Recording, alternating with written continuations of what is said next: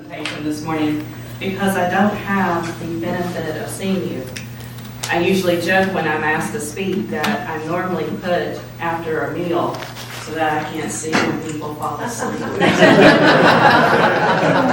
This morning everyone should be full of sugar, so I should be good, right?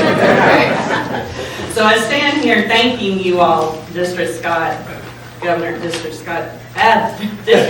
Scott, for those also our international directors, our past district governors, their teams who have all brought them here. I thank you all for this opportunity.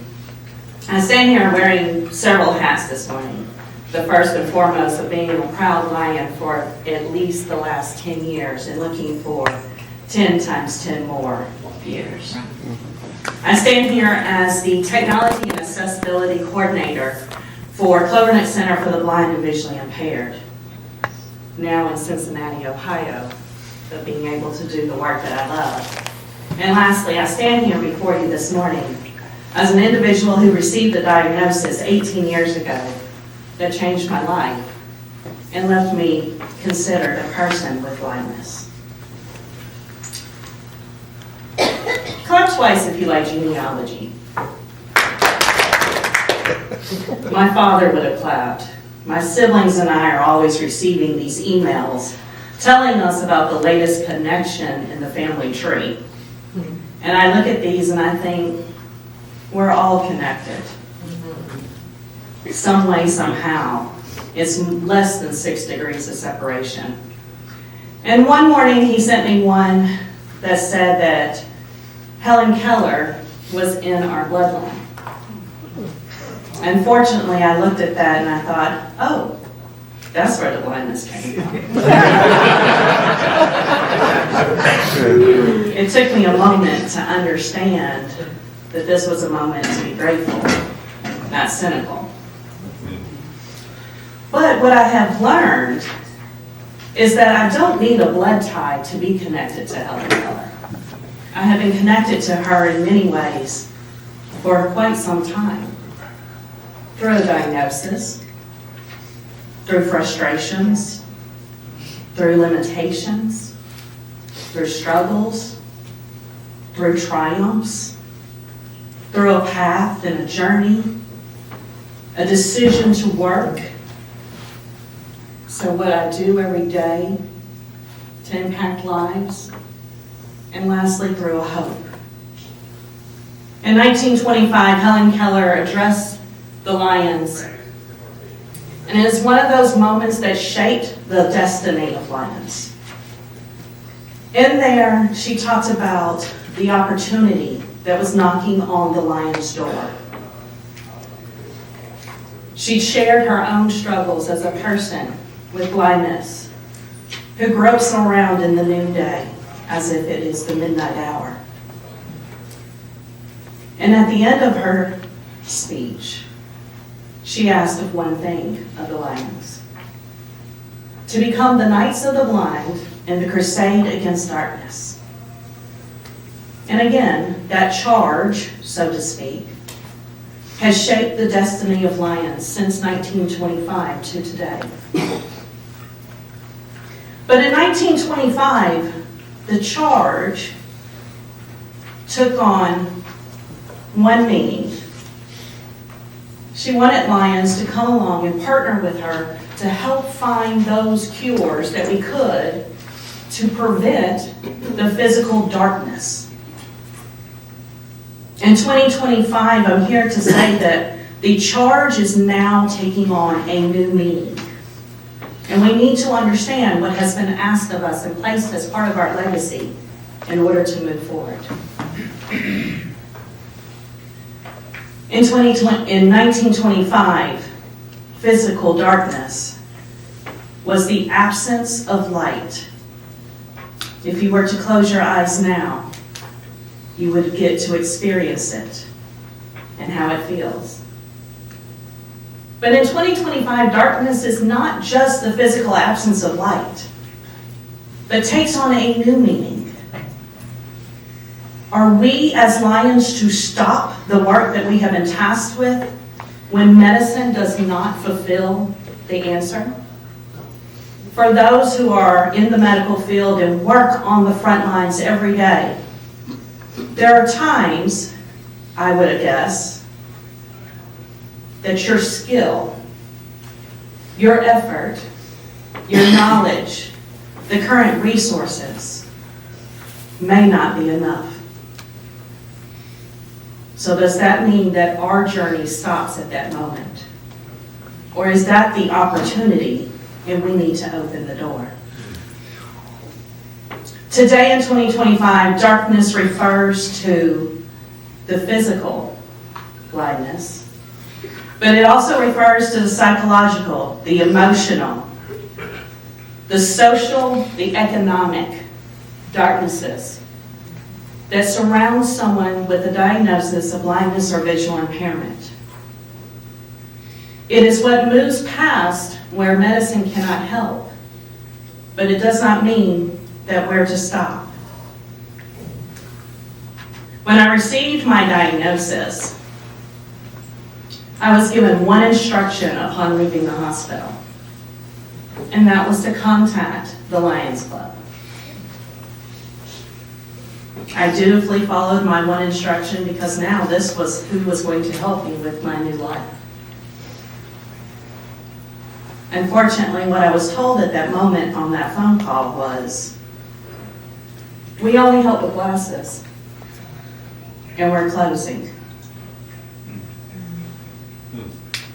It was a moment of darkness that could have set me back on a path that would not have brought me to be in front of you today. Every interaction that we have with a patient, with someone in the community, is our way of being the Knights of the Blind in the crusade against darkness. Every interaction, every conversation we have determines whether we leave someone in darkness or we show them light. And so while we may only do glasses, and I know we do so much more than that, how do we communicate that? So my son, who is in the military, would tell me, Mom, I can't send the troops out without a clear mission. And we know what the mission is, to fight against the crusade, be in the crusade against darkness. We now know what the enemy is and what darkness truly means for us. But he would also tell me I have to give my troops the tools in order to be successful. So not only do I want to define the war that we're fighting, I want to empower us all to leave out of this room ready for battle.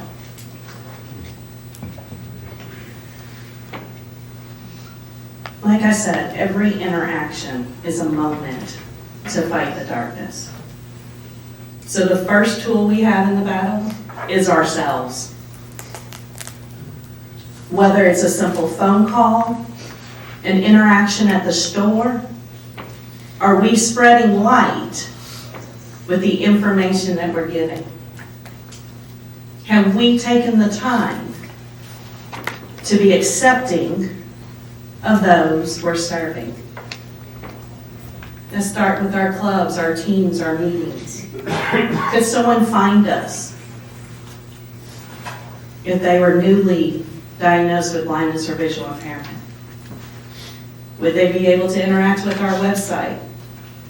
Would they come to our meetings and feel included and wanted and part of and found a home? Would they know that while we might serve them at this point, that there is a place for them at the table to serve alongside us and with us? Second, we're not in this crusade by ourselves.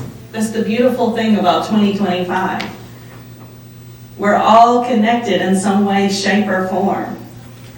If not physically to the person next to you, I almost guarantee digitally there is a way. But That means that we need to utilize our resources. Clap twice if in your area you would know where to send someone if your club did not have the answer. All right.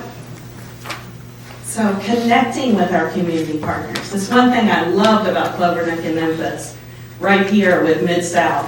It was nothing for Brad or Miss Betty to call the center and say, hey, we have this patient and they need this. I don't know what this is.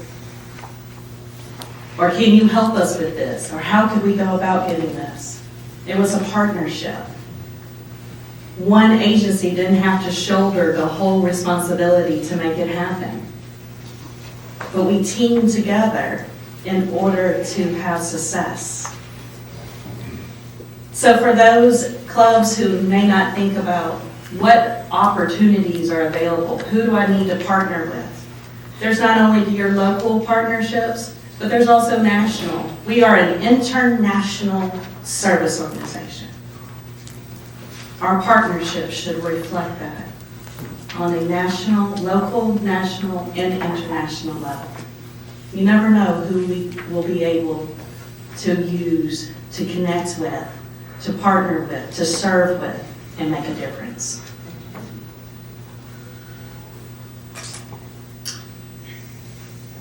But at the end of the day, we've treated the medical, we found resources to help someone get started on their way. We've empowered ourselves with knowledge about the people that we're serving. How many of you think all work and no play is fun?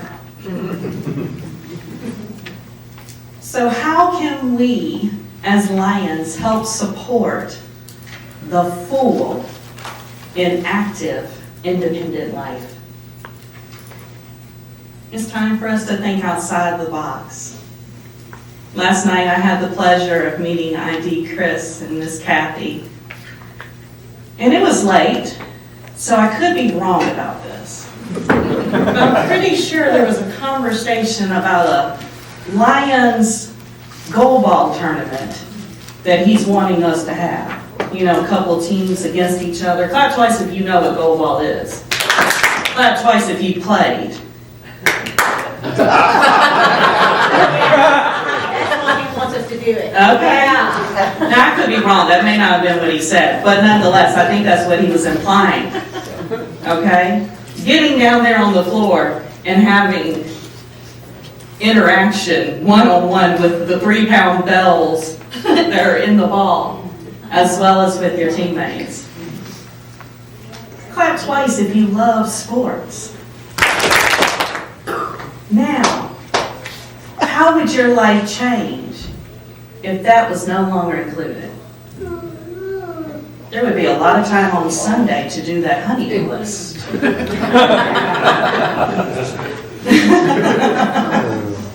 Right? But imagine if there was no game, no fellowship to get around on Super Bowl Sunday. There was no tickets to purchase, no uniform, no jersey, no fan favorite shirt, because it wasn't even part of your landscape. I played sports before losing my sight. I tried playing sports after losing my sight without adaptations. That did not work well. And so I thought, well, this is just another part of my life that is gone. And I just accepted it that that's what it was. Until I learned that there are adaptive sports. Goalball being one of those. It's adaptive because whether you are sighted or with a visual impairment or blind completely, everyone can play on an equal playing field. It's a team activity. So then, what else can I do besides goalball? I've had the ability to play adaptive soccer, beat baseball, my favorite, blind tennis. I've even been able to demonstrate blind tennis at the US Open, the largest stage for tennis in the world. I would never have made it sighted, but I got to walk out on the courts and hit the ball as an individual with blindness. But Lions have an opportunity to make these things happen.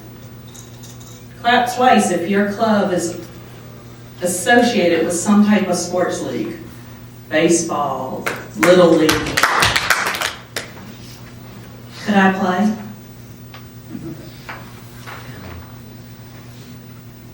Are there youth with blindness and visual impairments waiting for the opportunity for someone to recognize their ability to play and champion it? And so now I'm not saying that, oh, now every Lions Club needs to go out and buy every adaptive sport, but use your partnerships. One of the things I love about Clovernook Center for the Blind is that we host a week-long adaptive sports camp. We bring children, we've had children come from as far away as New York to just attend the camp because there's so few possibilities. Not only are they getting adaptive sports, they're getting self-advocacy every night to strengthen their voice so that they can speak. They're receiving cooking skills in the kitchen. They're being exposed to a college campus. All these things to bring about that full possibility. What if we were to sponsor a child to go to camp for a week? Imagine what we would change and do. I'll give you another one. Let's have a little bit of fun.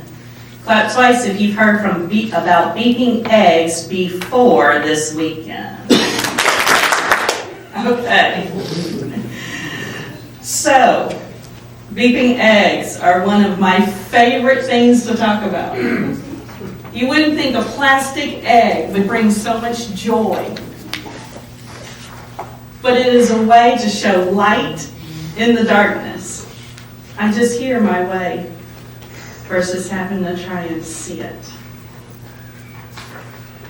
Clovernook Center is partnering with agencies and schools. This year we're looking to host 7 hunts so far in 4 states. Just because they understand what little plastic eggs can do for somebody. Because if I can think outside the box and I can find the way to make a holiday celebration that so many of us take for granted accessible, can I now take employment and make it accessible? Can I now find ways to eliminate barriers, start conversations, change a culture, and put someone on a new path? So this morning, putting my other hats aside, I stand here as a person who can't see what's in front of me. Because I know the room that I am in, I know I'm surrounded by those who serve, those who have served long, and will continue to do so. But today, my ask is that we rise to the charge that we were given to continue to be the Knights of the Blind and win the crusade against darkness. Thank you.